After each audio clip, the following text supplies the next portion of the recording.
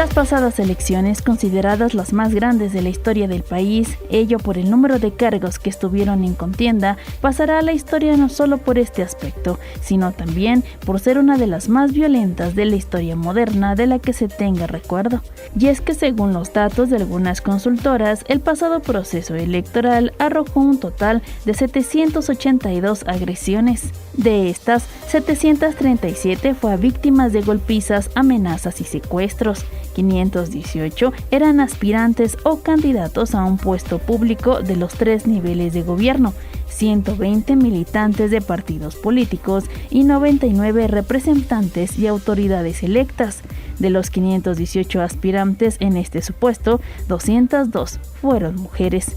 A esta cifra se le suman 89 homicidios de políticos. De estos, 35 eran candidatos y candidatas a algún puesto de elección que desarrollaban algún tipo de actividad referente a su campaña en sus lugares de origen cuando fueron asesinados. Es así que el pasado proceso electoral pasa a ser el segundo con más homicidios dolosos contra políticos, ello solo después del proceso electoral inmediato anterior, 2017-2018, cuando se contabilizaron 152 víctimas de asesinato. Dado el impacto de los acontecimientos, las autoridades electorales emitieron un posicionamiento donde condenaron todos y cada uno de los actos violentos que se registraron a lo largo y ancho del país, mismos que iniciaron desde el pasado septiembre del 2020. Para el INE, estos crímenes son mucho más que una cifra. Eran personas que habían decidido participar en política y apostar por la vía electoral, es decir, por la vía democrática, ya sea para llegar al poder o bien para representar a su comunidad en los poderes legislativos, federal o locales.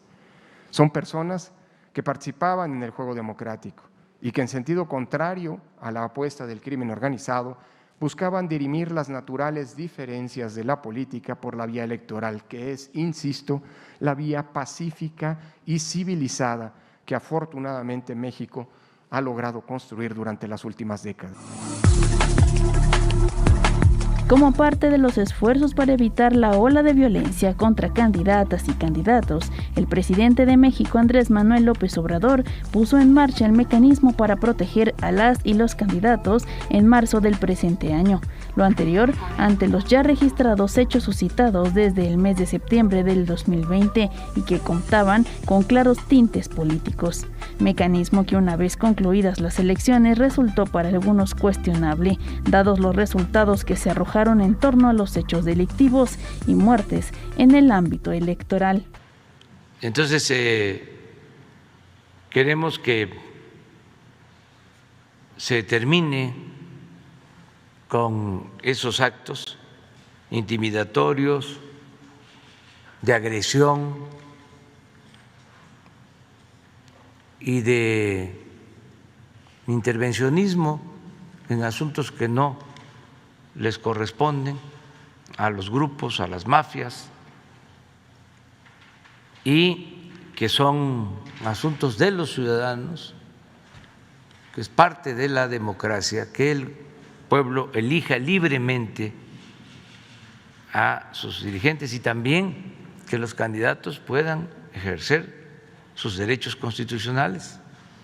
De acuerdo al último reporte oficial, a mediados de mayo, las autoridades habían brindado protección a 148 candidatos que contendían en las elecciones y que fueron resguardados por policías estatales y municipales, así como de la Guardia Nacional, siendo en los estados donde contaban con mayor presencia, dados los hechos ocurridos, Veracruz, Guanajuato y Guerrero, seguido de Oaxaca, Jalisco, Quintana Roo, Baja California y en menor incidencia, con al menos un caso de violencia, se encuentran Tamaulipas, Michoacán, Querétaro, Nuevo León, Sonora, Chiapas, Chihuahua, Puebla y Morelos.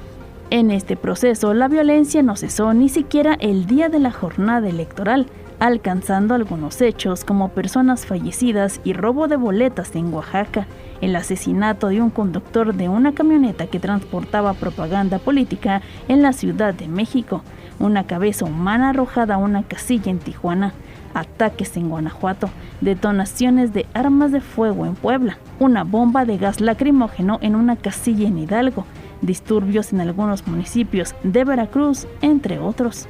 Ante los hechos registrados, la autoridad electoral lamentó todos y cada uno de los hechos ocurridos y que solo ensombrecieron el proceso electoral, mismos que dijeron tienen como objetivo frenar la participación de la sociedad. Lamentamos todos y cada uno de los crímenes ocurridos a lo largo de este proceso electoral y cada una de las amenazas, ataques y acciones de violencia e intimidación que irrumpen en los comicios con fines detestables, como son el de crear zozobra, impedir la participación de la sociedad, cerrar el paso a algún candidato o candidata o fuerza política y sustituir el diálogo y la contienda electoral pacífica a través de la imposición de la fuerza.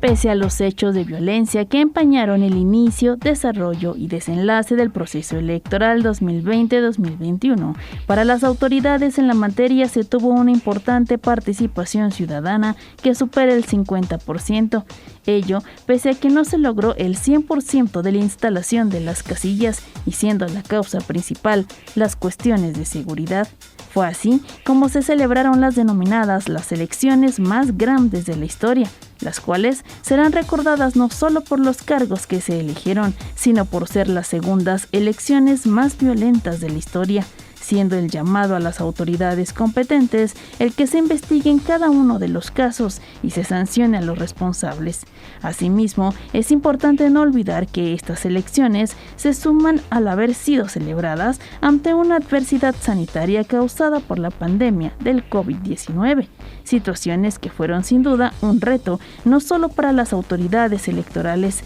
sino también sanitarias e incluso para los ciudadanos, quienes al final se dieron cita en las urnas no solo como funcionarios de casilla, sino a emitir su voto y ejercer su derecho de elegir a sus autoridades.